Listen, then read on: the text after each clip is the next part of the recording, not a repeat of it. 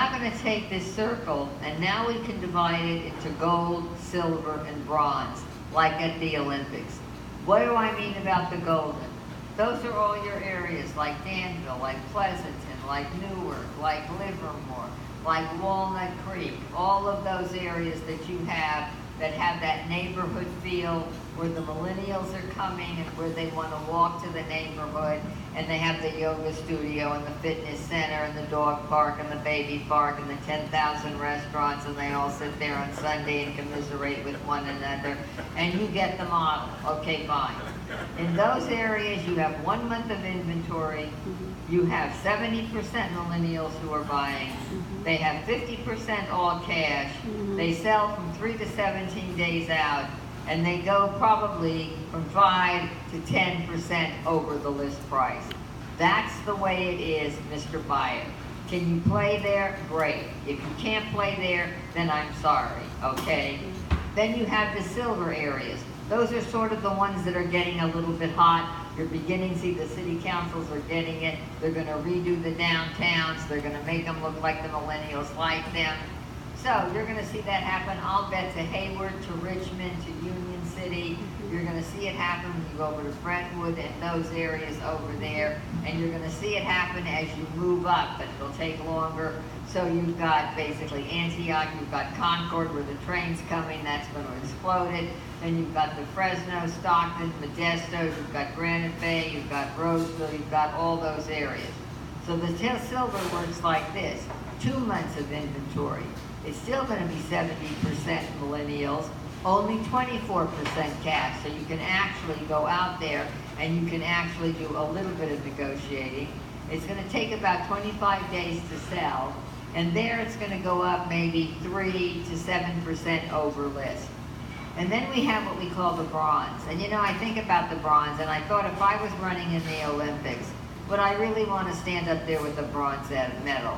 I don't think so, because what it means is you lost, you're the last person on the totem pole. I wouldn't even want to go get the damn medal. If I trained for 4 years and the best I could get is last, I don't like that. Do you have areas here that are considered bronze? Those are the C areas. Yes, you do. They may have looked like A areas when the baby boomers were buying them, but let's talk about Ruby Hill, and let's talk about Silver Creek. And let's talk about some of the other areas that are further out there with big houses that are big isolated areas or gated communities. They don't like those. In Santa Cruz, I'm there the other day. They live nearing the beach and live nearing the boardwalk.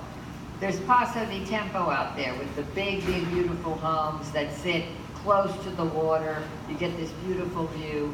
And then there's this one other area where they have these lean-tos. They're like shacks, okay? That's what they are. And do you know that the millennials will pay $1 million to $1.5 million for the shacks? Because then they can get up every morning and go surf. They don't want to be at Paso de Tempo. They're too big, they're old, they're outdated, you're not right on the beach.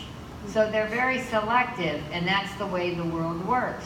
So I can come here and I can tell you, you and I both know, you have Livermore and Newark that's been going crazy.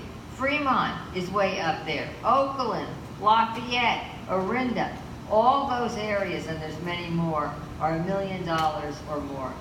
If you're over on my side of the bay, you can start with South San Francisco, you can start with San Bruno, that's going to be $1.5 million. You go down to basically Burlingame, that's $2.5 million to $3 million to get in. San Mateo can be from 1.5 all the way up to 3 million.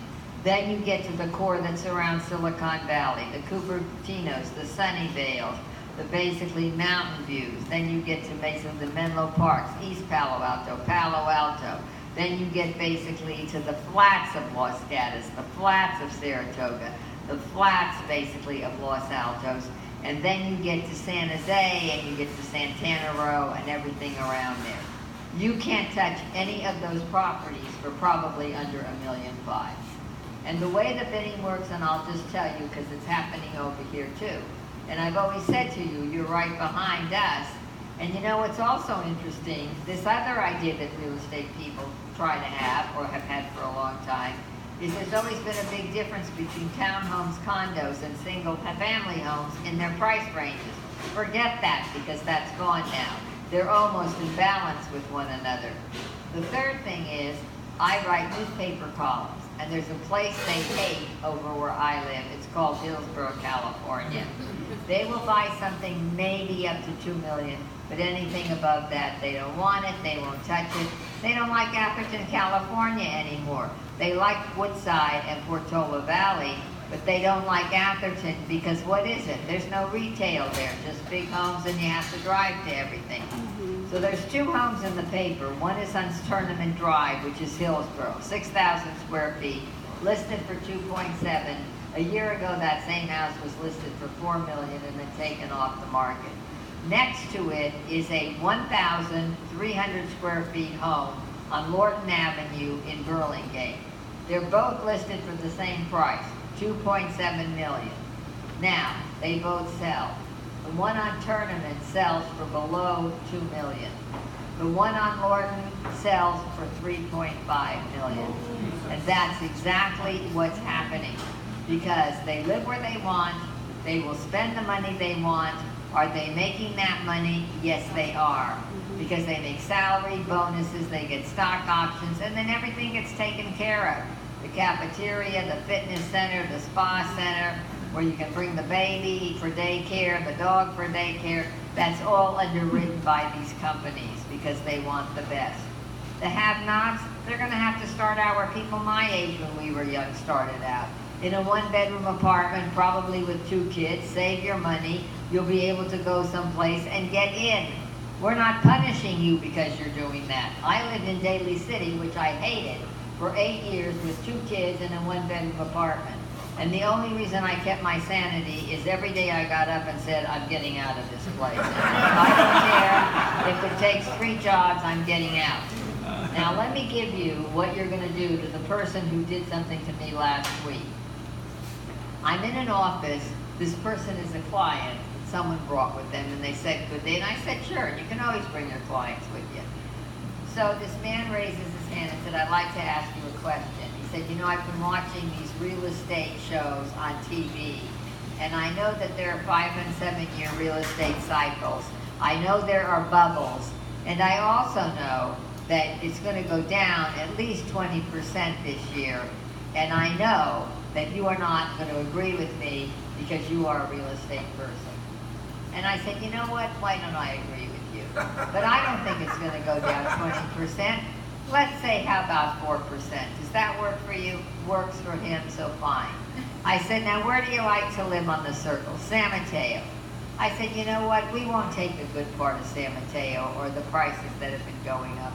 Let's go across 101 where they built these little ticky-tacky houses for 800-900 square feet. They were selling for about $350,000, $400,000 5 years ago. So let's look at what happened to them, because you told me the clock started ticking 5 years ago, and that was your time frame, and now it's here. So 5 years ago it was $350,000, then it was $450,000, then it was $550,000, then it was $650,000, and now those houses have jumped to $900,050, and in many cases they're bordering right now on $1 million. So I said, you know what? I said, here's what we're going to do. I'm now going to say to you, you're right. There was a 5 to 7 year cycle. And you know what? Within the next 2 years, this market may balance out.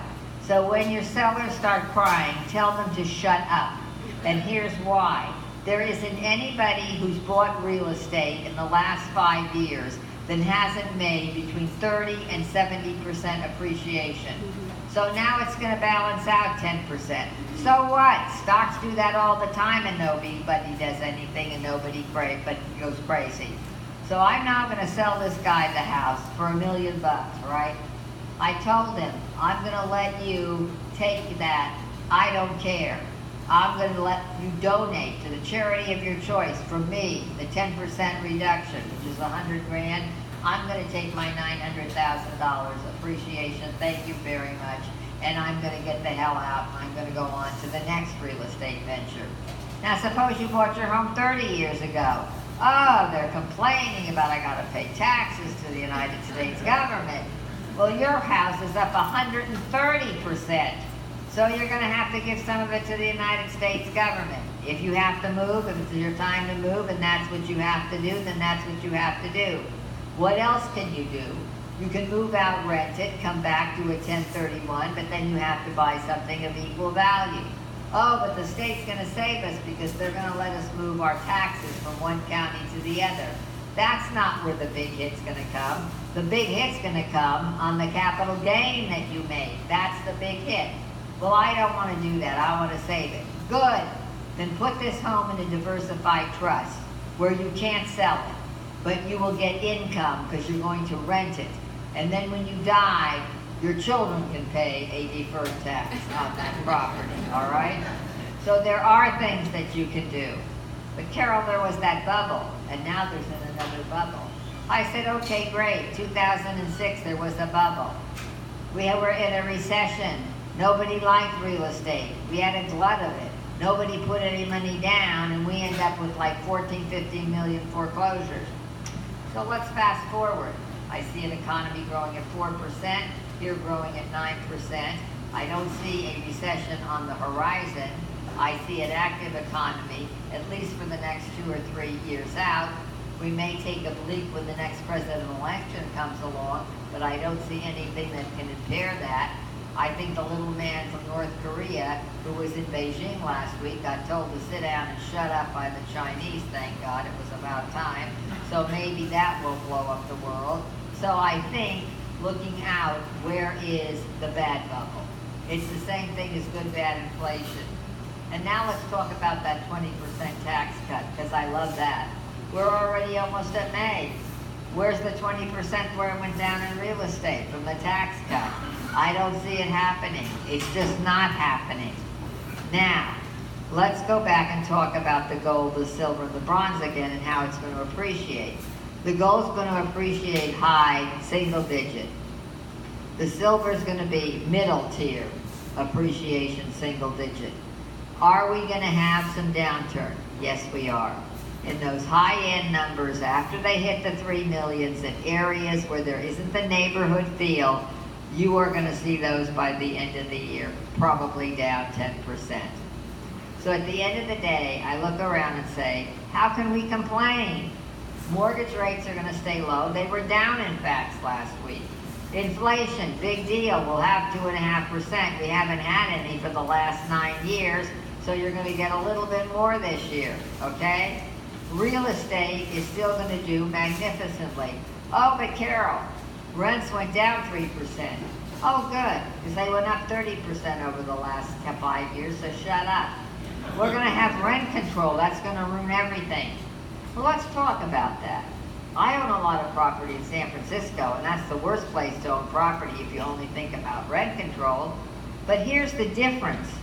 We just said 70% of it is in the land.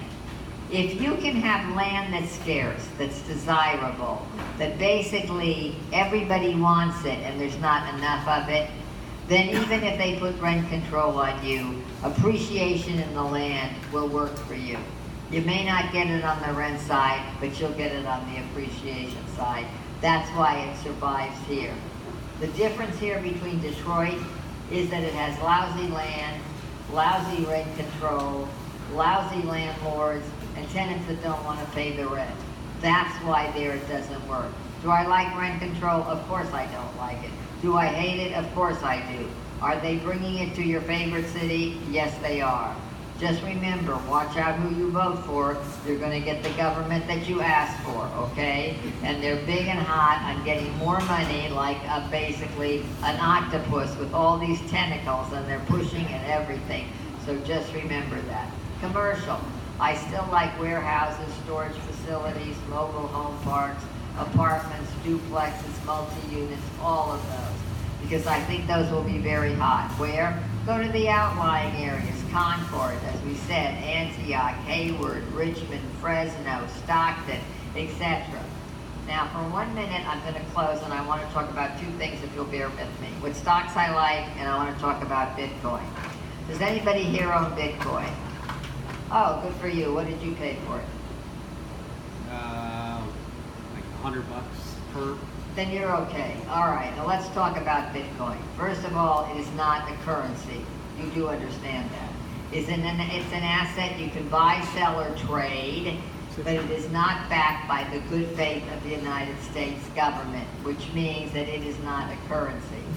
So, there's 1,000 Bitcoin companies now. There's Ripple, Ether, Ethereum, ICO, COL, and they all have different values. Some are down at $147, some are way up now at 7,000 or 8,000. They went as high as 20,000, you know that, but boy did they come down. They lost 75% of their value. So at the end of the day, if you like high risk, maybe you're going to get a high return. But here's what we know. Most people that bought it never asked the right question. Who are these people? Have they ever run a company? Are they basically gangsters that are going to take it and take it away? Do you actually own coins that you can hold in your hand? Or is it just a stupid ledger account that has your name on it, and if they go under, they send you a thank you note for allowing us to use your money. We are now in the Bahamas having a lovely time on our yacht. You now are getting a copy of the ledger account that you had with us. Thank you very much. Okay, fine. Can you do real estate in it? Of course you can. It's coming to lot title, insurance, it'll be here, because these millennials like the idea of doing something online. But it's not a currency. Let me give you a story. Somebody buys a house, and the seller and the buyer agree to do it in Bitcoins. And he puts up $1 million in Bitcoins, because that's what the house costs. They open the escrow.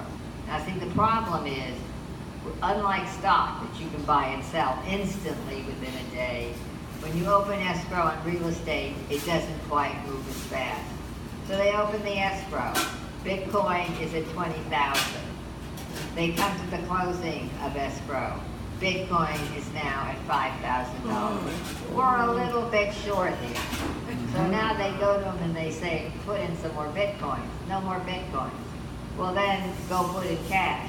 Can't get the cash out fast enough to mandate the time frame. So he goes into the market, finds a bond trader that charges him $75,000 for the bond that will guarantee it will close on time. Now it's a loan, you do understand that, so he has to pay back that money. So he's out the bond and he's out the money. But it gets worse. Everybody's now breathing a sigh of relief, except now the seller doesn't want Bitcoins. They saw it go from 20,000 to 5, and they said, no thank you, now we want money. So they have to go back in the market and transfer the Bitcoins into cash, and that transaction was like delayed for 5 months, and everybody at one point was going to sue everybody.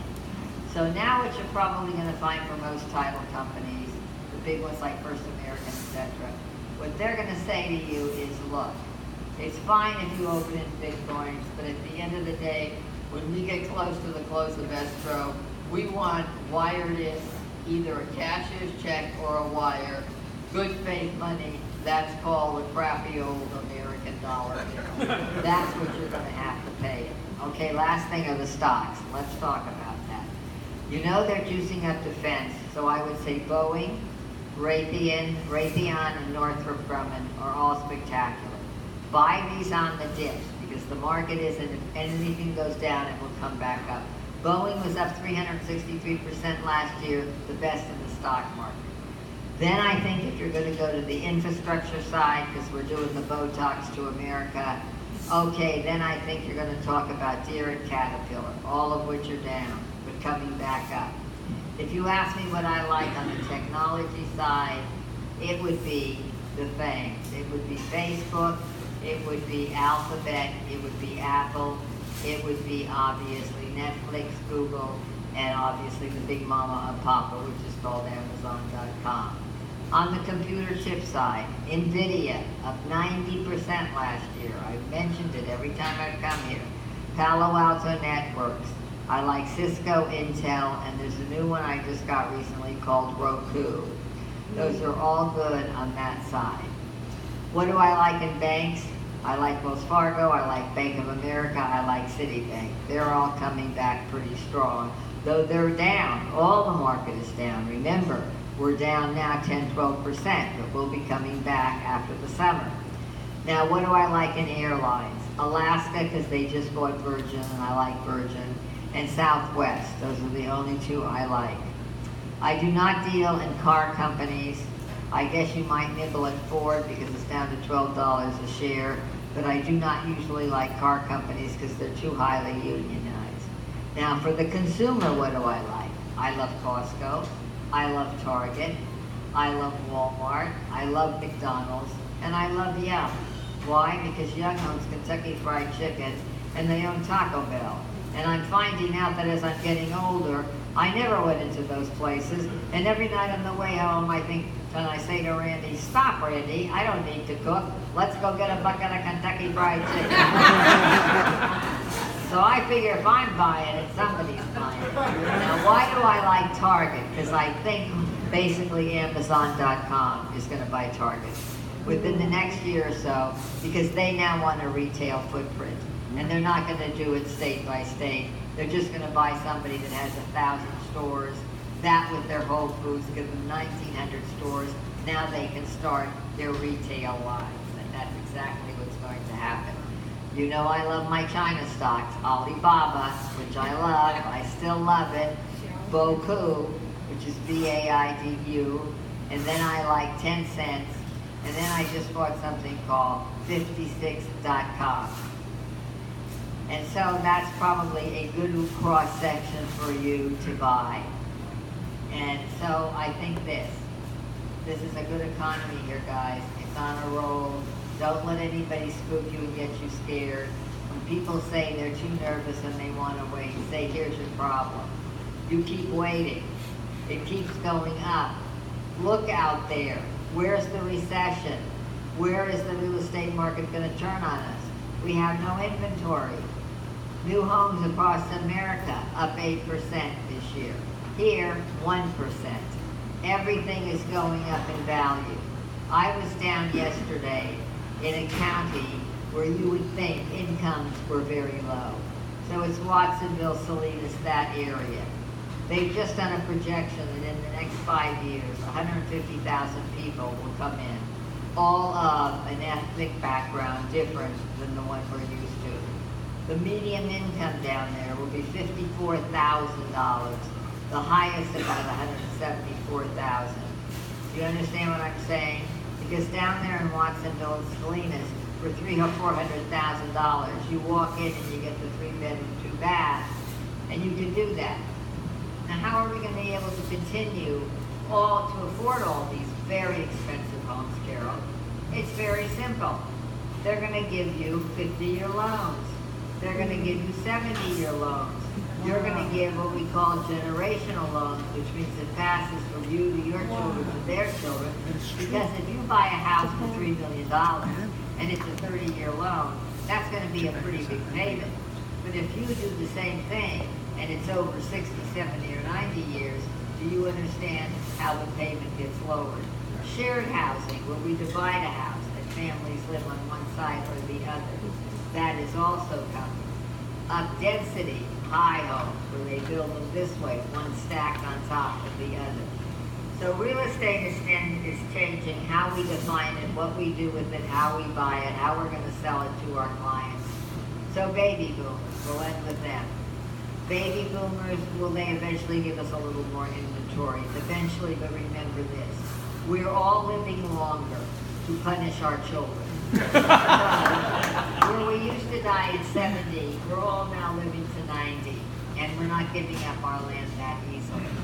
The second thing is, a lot of them, I think, will move down and around, and they're going to go to senior mobile home parks, where they're going to buy structured homes that are absolutely beautiful. They're going to take their big wad of cash, they're going to invest that in the stock market or other real estate, and that's what they're going to live off of. So yes, you will get a little bit more. You're also going to get the Chinese buyer and the Indian buyer that are coming back. Now remember, they're not so much for the trendy areas. Their biggest concerns are schools and safety. That's what they buy. And then there is hope for some of these homes, like in Ruby Hill and up there at the Blackhawk, that you can't sell. Here's how you sell them. You get a client that's being relocated. Oh, was God kind to you? So they had a 7,000 square foot home in West Virginia, and now they've been relocated, and Susie comes out, and you've agreed to do a relocation, and the first thing she says to you is, I have to have 7,000 square feet because that's what I'm used to. And I told my husband, we're not coming to California unless I can have the same lifestyle. What do you know already? She's gonna love Black Hawk. She's gonna love Ruby Hills. Nobody else does. I'm in Santa Cruz the other day. Somebody sold a $7 million property to a couple from West Virginia. She was thrilled with the property because it reminded her of what she had at home. We didn't want to tell her, lady, this is not the right place to lean-to for $1.1 million. That's the one that's going to go up in value. But if you want 7,000 square feet, may God be with you. It's not my job to tell you where to live. It's your job to tell me where you want to live. And I'd certainly like the commission off of that. Last thing, I promise. I know you're getting hit with these people that say 1% listing commission. Now you know that's on the listing side. It's not on the other side, so it's really 4%. Most of you are at 2.5%, so you're really only talking about a 1% differential. So what do these companies do for you? Nothing. They have a nice computer front, right? They'll fill out the contract, but they do that with somebody in the back room who may never have lived here, doesn't even know where this area is, doesn't know Melrose, doesn't know water problems, doesn't know drainage problems, knows nothing, right? Okay, fine. Mr. Buyer, the first thing that you have to understand is real estate about networking. We each know each other. And if you get an offer that comes in from Zillow, which makes 80% of their business from real estate ads they sell to real estate agents, they only make 20% of their revenue from real estate sales. So they're not doing many sales, okay? They're giving you a lot of looky-loos. Next thing is, I know the offer that comes in from one of your good companies is going to go to the top of the line.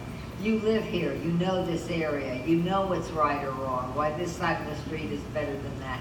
You know all of that.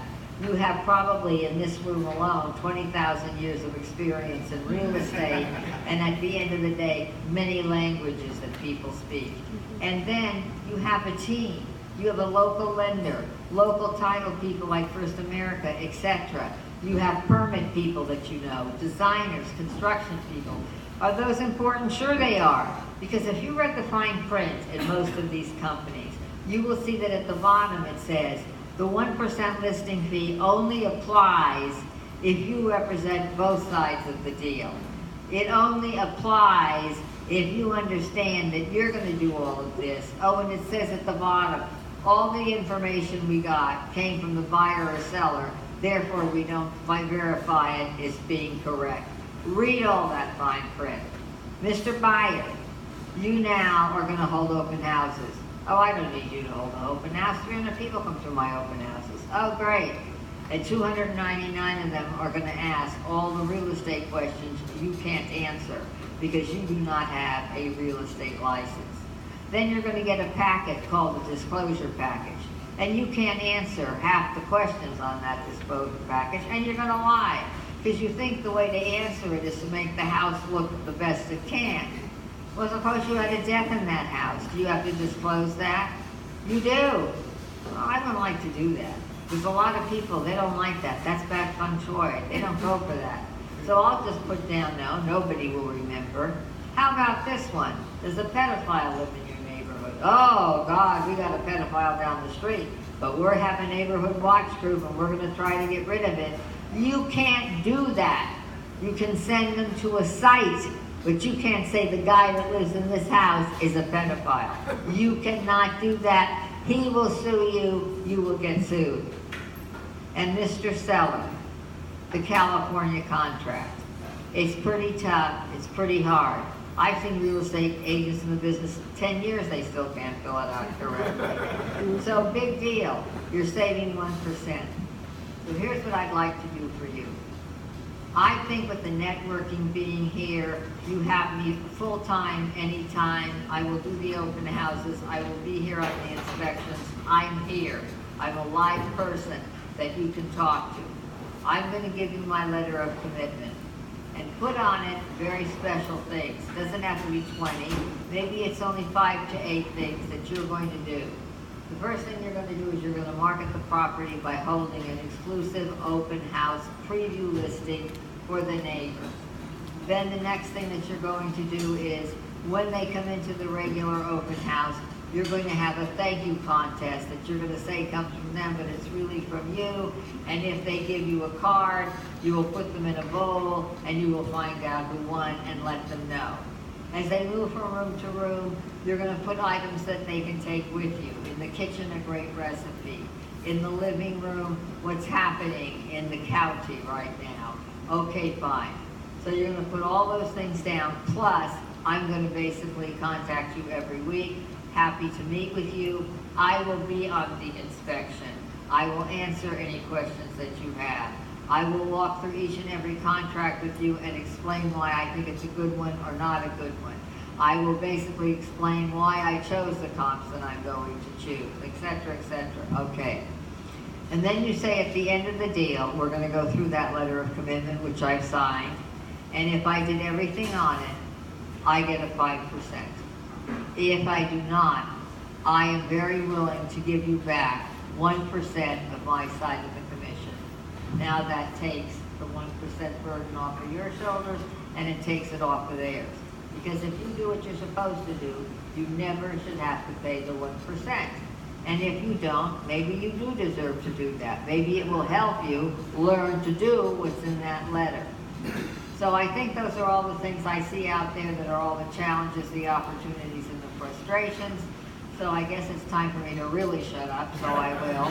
Thank you for